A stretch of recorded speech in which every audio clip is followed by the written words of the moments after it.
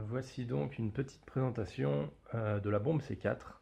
Donc on a ici le modèle standard, que voici, qui fonctionne donc sur deux batteries CR123A. Et on a ici le modèle donc un peu plus avancé, en fait, qui inclut la batterie. Donc il y a une batterie intégrée qu'on vient recharger par le connecteur sur le dessus à l'aide du transfo qui est ici. Donc on a le témoin de charge ici, tant que c'est rouge, c'est que ça recharge la batterie, et à partir du moment où ça passe vert, c'est que la batterie est intégralement chargée. Il faut savoir que sur ce modèle-ci, la batterie va se décharger toute seule. Si vous le stockez, la batterie va se décharger, donc rechargez bien la batterie la veille de la partie, vous remettez un petit coup le matin, et comme ça vous êtes tranquille. Au niveau du fonctionnement, donc je vais commencer par le modèle simple et puis on verra après l'option batterie ce que ça change. Donc ici, à partir du moment où vous allez intégrer vos deux batteries, le système démarre. Donc on voit au démarrage qui nous indique plusieurs informations. Premièrement, le nombre de fils qui est connecté, qui apparaît ici. Donc là on a 6 câbles. Ça c'est un système qui permet de vérifier qu'on a bien 6 contacts. Donc il y a 3 fils de chaque côté. 3 ici, donc 6.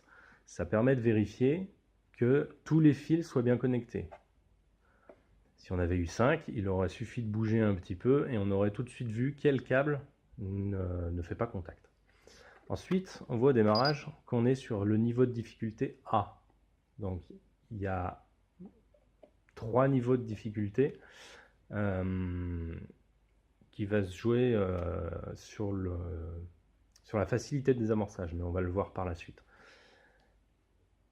Voilà, et puis du coup après on arrive sur le réglage du compte à rebours. Donc on a un bouton timer qui permet d'ajouter 5 minutes par 5 minutes avec un maxi d'une heure. Et après ça boucle, on revient au départ. Et on a un bouton d'armement. Donc là on a préarmé le système. Donc ça c'est l'idéal pour des orgas. Vous mettez en place un compte à rebours et vous dites aux joueurs, bah voilà, il faut aller poser la bombe. Comme ça vous êtes sûr que les joueurs ne viennent pas remodifier la programmation, admettons pour mettre 10 minutes au lieu de 20 et ainsi désavantager le jeu. Une fois qu'ils arrivent en place, les joueurs doivent maintenir le bouton arme et c'est parti.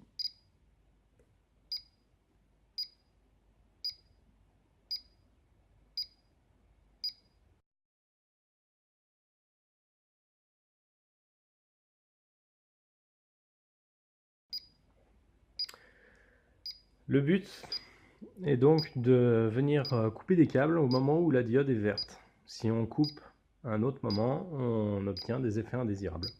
Donc là, on est sur le niveau de difficulté A, qui est quand même relativement simple. On va passer sur un niveau un peu plus dur.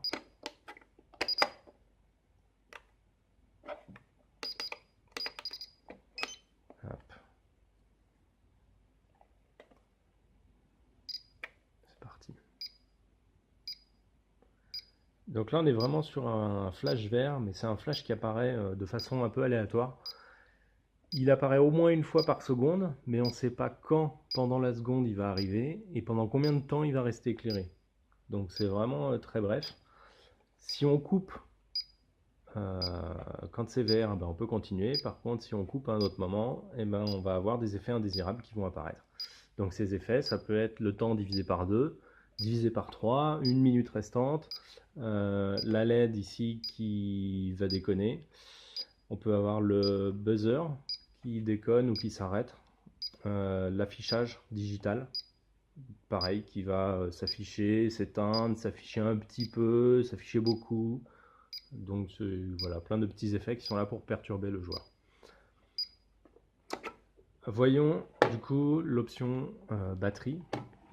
Donc batterie intégrée. Donc la différence, c'est que à ce niveau-ci, voilà, on a un petit interrupteur qui permet d'activer la batterie ou pas.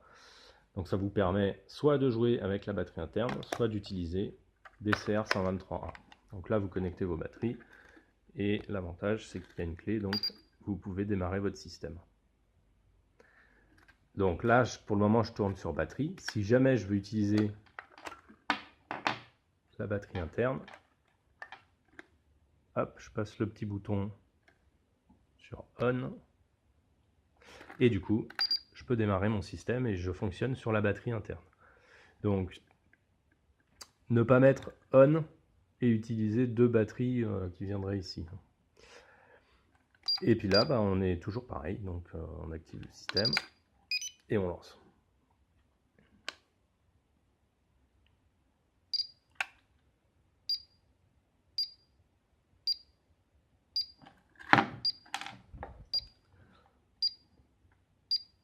Je vais volontairement couper quand c'est rouge. Voilà, donc là déjà j'ai plus de buzzer. C'est peut-être moins stressant, c'est pas plus mal. Ensuite un deuxième câble.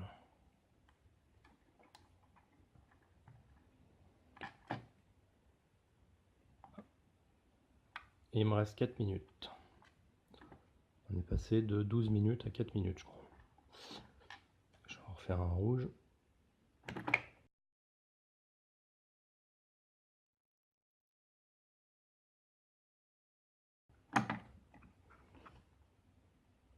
Et vous verrez que c'est assez intense au niveau du gameplay. Parce qu'on a vite la pression en fait. Voilà. Donc là maintenant j'ai ma LED au centre qui merde un peu. On n'est plus sur un vert franc. On s'attend entre le bleu et le vert. C'est un mélange des deux en fait. Bon, je vais quand même... Bon, allez, j'en refais un rouge. Et le dernier, j'essaye de le réussir.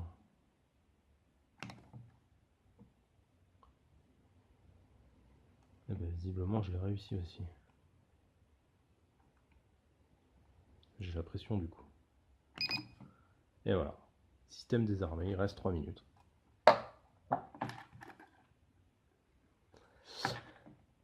Du coup, pour changer vos câbles, donc rien de bien compliqué puisque c'est des petits borniers à vis.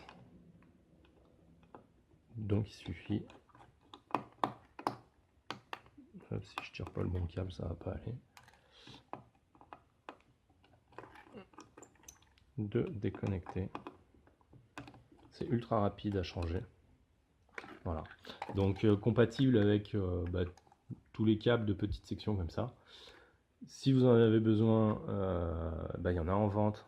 Il y a des packs de câbles en vente avec le système, ou même à prendre séparément si jamais plus tard vous avez besoin de câbles. Si vous voulez pas, ça c'est vraiment si vous voulez pas vous embêter, puisque sinon n'importe quel câble est compatible à partir du moment où vous les dénudez bien de chaque côté pour faire le contact.